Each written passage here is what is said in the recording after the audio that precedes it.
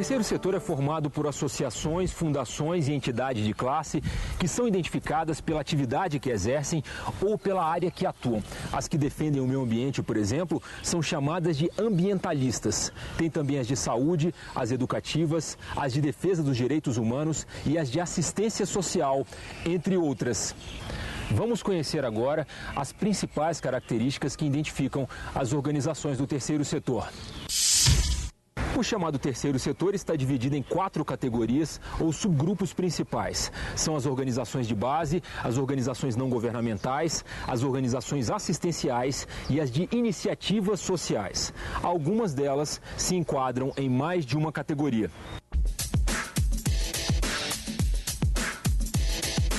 As primeiras manifestações do terceiro setor no Brasil remontam ao período colonial.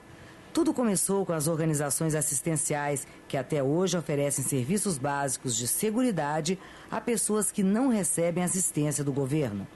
Estas entidades fazem a distribuição de alimentos e atuam nas áreas de saúde, assistência às crianças, jovens, idosos e pessoas portadoras de deficiência.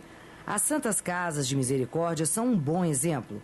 Podemos destacar ainda creches, orfanatos e as obras assistenciais religiosas. As organizações assistencialistas se caracterizam, em geral, pelo amparo às pessoas excluídas ou vítimas de problemas sociais. São ações que acabam minimizando o sofrimento das pessoas, mas pouco se faz na mobilização de esforços pela solução definitiva dos problemas. A caridade é um gesto muito bonito. Mas ele é imediato, ele não produz mudança. Eu sinto pena e eu reajo sobre aquilo que eu sinto pena. E o sentimento de pena é um sentimento imobilizador. Ele não te produz ação, ele não te produz indignação, ele não te produz aquela atitude de mudança estrutural. A questão da pobreza e da desigualdade não é meramente uma questão de caridade. Quer dizer, não basta eu dar apoio, eu preciso sim dar apoio, porque tem, como dizia o Betinho, quem tem fome agora, não pode deixar para depois, né? Então, isso é uma questão. Agora, a outra é uma questão estrutural de modelo. As responsabilidades precisam ser realmente compartilhadas e a visão de riqueza tem que ser vista de uma outra maneira, né? Riqueza não pode ser dinheiro, não pode ser mercado. Riqueza tem que ser a qualidade de vida das pessoas, né? Homens e mulheres. As organizações de base são agrupamentos que se caracterizam por atuar em defesa dos interesses de um grupo específico, sem a intenção de expandir suas conquistas aos demais participantes da sociedade.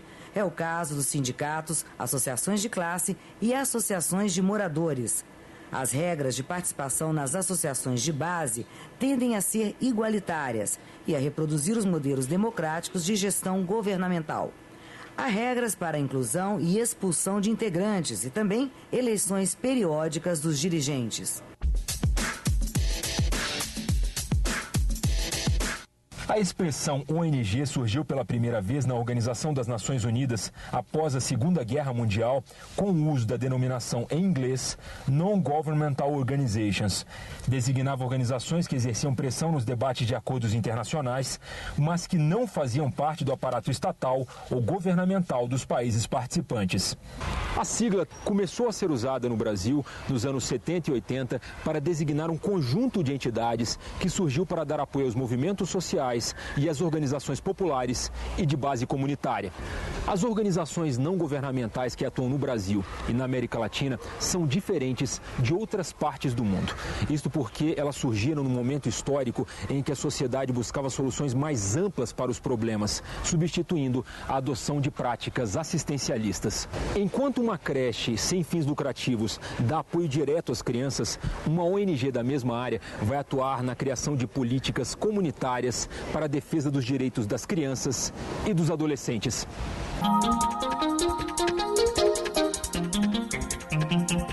As ONGs desenvolveram importante trabalho na promoção da cidadania e valorização das políticas de proteção aos direitos sociais e fortalecimento da sociedade civil, com ênfase na educação popular. A partir da Conferência Mundial do Meio Ambiente, a Rio 92, as organizações não governamentais passaram a ocupar espaço na mídia e nos debates. Ao longo da década de 90, surgiram novas organizações privadas sem fins lucrativos, com interesses e atuações muito diversas. E o termo ONG acabou sendo adotado por um conjunto grande de entidades.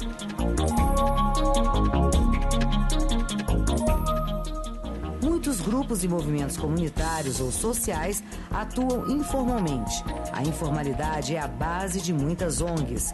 Tornar um movimento, que na maioria das vezes é voluntário, em uma instituição é reconhecer que, além das vontades individuais, existe uma vontade coletiva. O terceiro setor pode alavancar, né, todos os setores na educação, dando reforço escolar, ajudando os alunos com música, arte, esporte, né? Na saúde, eu vejo assim muitas vezes nos hospitais, né, pessoas que vão lá, fazem teatro, ou leem livros, ou fazem brincadeiras para os doentes se distraírem, né? Como eu vejo o pessoal dos hospitais do câncer, né, ajudando em tudo o que precisa. Então, o terceiro setor, como a pastoral da criança, ela faz um trabalho extraordinário. Mas eu diria para você o seguinte, que realmente assim, as entidades têm que se aprimorar na promoção do voluntário, não é?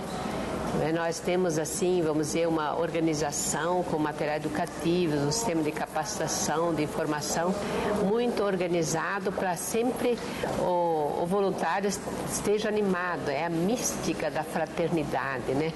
Ele se sinta uma pessoa de bem que vai transformar aquela comunidade, vai transformar o Brasil num Brasil onde as crianças têm oportunidades iguais, né? Então, ela tem que saber, o voluntário, a maioria são mulheres, né? 92% são mulheres, mas graças a Deus também temos homens de muito valor na pastoral da criança. Então, essa missão de fé e vida é o que? É como um motor que vai levando aquela animação para frente. Quando é registrado o estatuto de uma organização não governamental, essa nova entidade assume direitos e obrigações com colaboradores, beneficiários, integrantes, o Estado e a sociedade em geral. O trabalho dessas organizações potencializa o uso de recursos públicos e privados no financiamento de iniciativas de interesse da população. Veja o exemplo da cooperativa Sem Dimensão, que hoje é referência no Distrito Federal. Aqui de olê, olê, olá, catador de norte a sul, de acolá. Nessa marcha sem parar, caminhar é resistir e unir é reciclar. Nós éramos desempregados, mudamos para o assentamento novo chamado Riacho Fundo 2 e começamos a nos reunir para ver uma fonte de renda. Daí nasceu o projeto Sem Dimensão. Foi mais ou menos em 1998 para 99 que começamos a nos reunir. A cooperativa formalizou no ano de 2000. Nós percebemos que com o lixo seria mais fácil a gente começar, porque nós não teríamos que desembolsar dinheiro. Nós teríamos que convencer pessoas a nos ajudar, a nos capacitar e depois, no segundo momento, a separar o resíduo para recolher. Teve 2 anos trabalhando assim, só para investimento, sem ganhar nada. Quanto é que a senhora tira mais ou menos daqui por mês? E às vezes dá 350, às vezes dá 300 e pouco. Eu estava fora do mercado de trabalho e eu tenho um filho, eu sou mãe solteira, e eu vim com a oportunidade de aprender um ofício, a mexer com papel artesanal, e eu ganho por produção, eu ganho pelo que eu produzo, o que eu consigo vender. Quando eu não tenho encomenda, a gente faz também exposições, faz oficinas em empresas, sempre tem a venda de algum material para as visitas que vem no projeto, então a gente sempre tem uma renda. Uma vitória assim da comunidade, mostrando que juntos, quando você deixa de estar voltado para o próprio umbigo, você consegue muita coisa. Hoje nós somos referência, nós estamos estimulando outras pessoas a também descruzarem os braços e lutar por você mesmo. E aí exigir das autoridades os seus direitos. Para compreender as especificidades operacionais e estruturais das ONGs, é preciso saber o que elas fazem e como se organizam. A pesquisadora Ilse Scherer-Warren, da Universidade Federal de Santa Catarina, que trabalha com movimentos sociais, criou um método de análise. Veja o que é preciso observar na hora de identificar uma organização não governamental. As ONGs têm certa permanência organizacional. São institucionalmente separadas do governo, mas com fins públicos. Não têm fins lucrativos para seus membros. São autogovernadas por meio de estatutos próprios e têm certo grau de participação voluntária, no mínimo de seu quadro de diretores. Desenvolvem trabalho de caráter educacional, informacional e político, por princípio não partidário. Prestam assessoria técnica, de pesquisa e documental. Fazem prestação de serviços, dão apoio material, logístico e de solidariedade e promovem a troca de experiências entre elas. Para compreender uma organização não governamental, é preciso saber se ela trabalha com um público-alvo ou um segmento da sociedade civil. Estes segmentos são normalmente identificados como movimentos populares ou comunidades de base, carentes e periféricas. Existem também os grupos discriminados ou marginalizados que têm os direitos naturais ou civis ameaçados. E qual o objetivo destas organizações? Aumentar o poder da sociedade civil.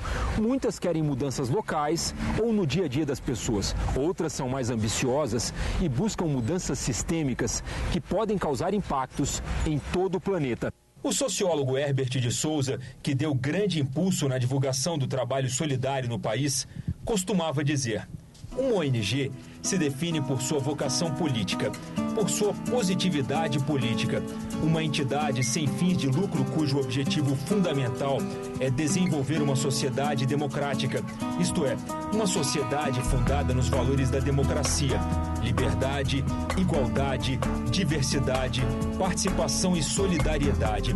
As ONGs são comitês da cidadania e surgiram para ajudar a construir a sociedade democrática com que todos sonham.